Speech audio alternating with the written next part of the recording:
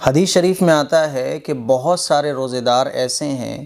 جن کو بھوکا پیاسا رہنے کے سوا کچھ بھی حاصل نہیں ہوتا، ان کو روزے کا ثواب ہی نہیں ملتا ہے۔ اور بہت سارے راتوں میں جاگ کر عبادت کرنے والے ایسے ہیں جن کو تھکان کے سوا کچھ بھی حاصل نہیں ہوتا ہے، ان کو عبادت کا ثواب ہی نہیں ملتا ہے۔ ہم لوگ رمضان میں روزہ رکھتے ہیں، عبادت کرتے ہیں، ہمیں اس حدیث پر غور کرنا چاہیے۔ میں جو روزے رکھ رہا ہوں، کیا میرے روزے ایسے ہیں جس سے مجھے اجر ملے؟ ایسا تو نہیں ہے کہ میں ان لوگوں میں شامل ہو جاؤں جو اس حدیث کے اندر آتے ہیں۔ سب سے پہلے آپ حدیث سنیے، نبی کریم صلی اللہ علیہ وسلم نے ارشاد فرمایا، بہت سے روزے دار ایسے ہوتے ہیں جنہیں روزے سے سوائے بھوک اور پیاس کے کچھ بھی حاصل نہیں ہوتا، اور بہت سے راتوں کو قیام کرنے والے ایسے ہوتے ہیں جنہیں رات کے قیام سے سوائے شب بیداری کے کچھ نہیں ملتا۔ یہ حدیث ابن ماجہ میں موجود ہے۔ تو اس حدیث سے یہ پتہ چلتا ہے کہ بہت سارے روزے دار ایسے ہیں جن کو روزے کا ثواب نہیں ملتا، بلکہ وہ صبح سے شام تک ایسے ہیں جیسے وہ بھوکا پیاسا رہ رہے ہوں، بھوک اور پیاس کے ان کو کچھ بھی حاصل نہیں ہوتا۔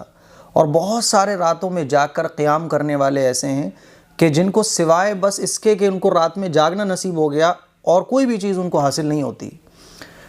ایسے روزے دار کون سے ہیں؟ ہمیں اور آپ کو غور کرنا چاہیے۔ ہم لوگ بھی روزہ رکھتے ہیں، چونکہ رمضان کا مہینہ یہ عبادت کا مہینہ ہے، بخشش کا مہینہ ہے، مغفرت کا مہینہ ہے، اللہ کی رحمت کا مہینہ ہے، جنت کو حاصل کرنے کا مہینہ ہے، اور اس مہینے میں نفل عبادت کا ثواب فرض کے برابر ہو جاتا ہے۔ فرض عبادت کا ثواب 70 فرضوں کے برابر ہو جاتا ہے، اور یہ 70 بھی دنیا کے نہیں، آخرت کے ہیں۔ ہمارے نہیں ہیں یہ 70، اللہ کے 70 ہیں۔ وہ کون سے روزے دار ہیں؟ اس حدیث کی تشریح میں علماء اکرام نے لکھا ہے کہ وہ روزے دار جس نے روزہ تو رکھ لیا لیکن گناہوں سے نہیں بچ رہا ہے۔ اس نے روزہ تو رکھ لیا، صبح سے شام تک وہ بھوکا پیاسا بھی ہے، نمازیں بھی پڑھ رہا ہے، قرآن مجید کی تلاوت بھی کر رہا ہے، روزے سے ہے وہ صبح سے شام تک، لیکن گناہوں سے نہیں بچا ہوا۔ آنکھوں کا اس نے روزہ نہیں رکھا، کانوں کو روزہ نہیں رکھا، زبان کو اس نے روزہ نہیں رکھا۔ چونکہ ہم لوگ تو یہ سمجھتے ہیں نا کہ روزے کا مطلب صبح سے شام تک بھوکا پیاسا رہنا، بس پیٹ میں کوئی غلط چیز نہیں جانا چاہیے۔ لیکن حقیقت میں جو روزہ ہے وہ صرف صبح سے شام تک بھوکا پیاسا رہنے کا نام نہیں ہے، بلکہ روزے دار کی آنکھوں کا بھی روزہ ہوتا ہے، روزے دار کے کانوں کا بھی روزہ ہوتا ہے، روزے دار کی زبان کا بھی روزہ ہوتا ہے، روزے دار کے ہاتھ کا بھی روزہ ہوتا ہے، پوری باڈی کا روزہ ہوتا ہے۔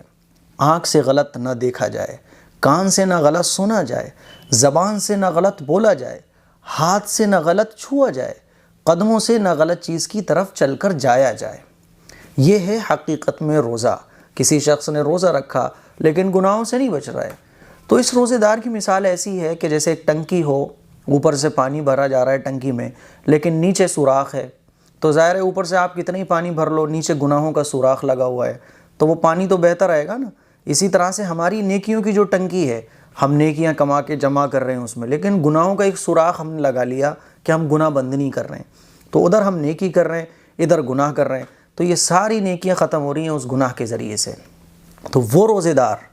جو گناہوں سے نہیں بچتے ہیں، اور روزہ رکھ لیا لیکن گرل فرینڈ سے بات بھی چل رہی ہے، روزہ تو رکھ لیا لیکن گانے بھی سن رہے ہیں، مووی بھی دیکھ رہے ہیں، ایسے روزے دار ہیں وہ جو اس حدیث کے اندر آتے ہیں، جن کے بارے میں حضور علیہ الصلوۃ والسلام نے ارشاد فرمایا کہ بہت سارے روزے دار ایسے ہیں جن کو روزے سے سوائے بھوک اور پیاس کے کچھ بھی حاصل نہیں ہوتا۔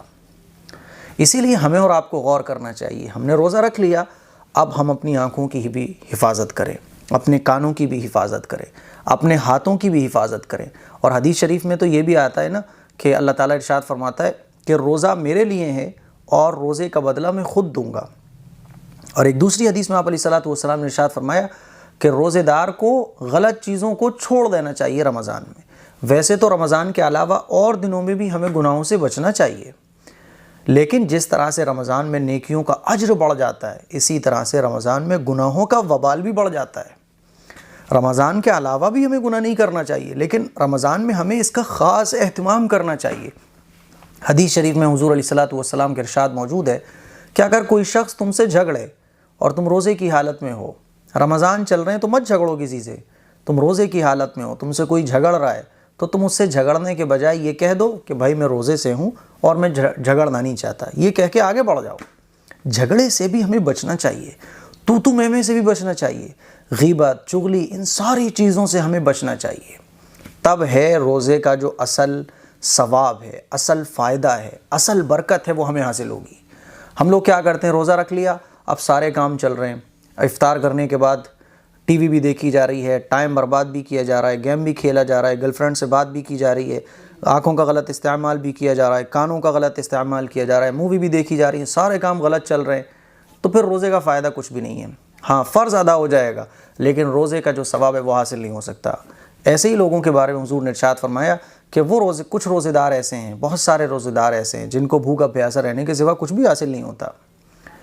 اور بہت سارے راتوں میں قیام کرنے والے ایسے ہیں جن کو رات بھر جاگنا حاصل ہوتا ہے بس، اور کچھ بھی ان کو حاصل نہیں ہوتا۔ وہ راتوں میں جاگ کر عبادت کرنے والے کون ہیں؟ جو عبادت تو کرتے ہیں لیکن ان کا عبادت کرنے کا مقصد دکھاوا ہوتا ہے، گھر والوں پہ رعب جمانا ہوتا ہے، یا دکھاوا ہوتا ہے کہ یہ چھا جائیں، ہمارا نام ہو جائے کہ یہ تو ماشاءاللہ راتوں میں جاگ کر خوب عبادت کرتے ہیں۔ یا وہ عبادت کرنے والے جو راتوں میں تو جاگ کر عبادت کر رہے ہیں لیکن فرض نماز چھوڑ دے رہے ہیں،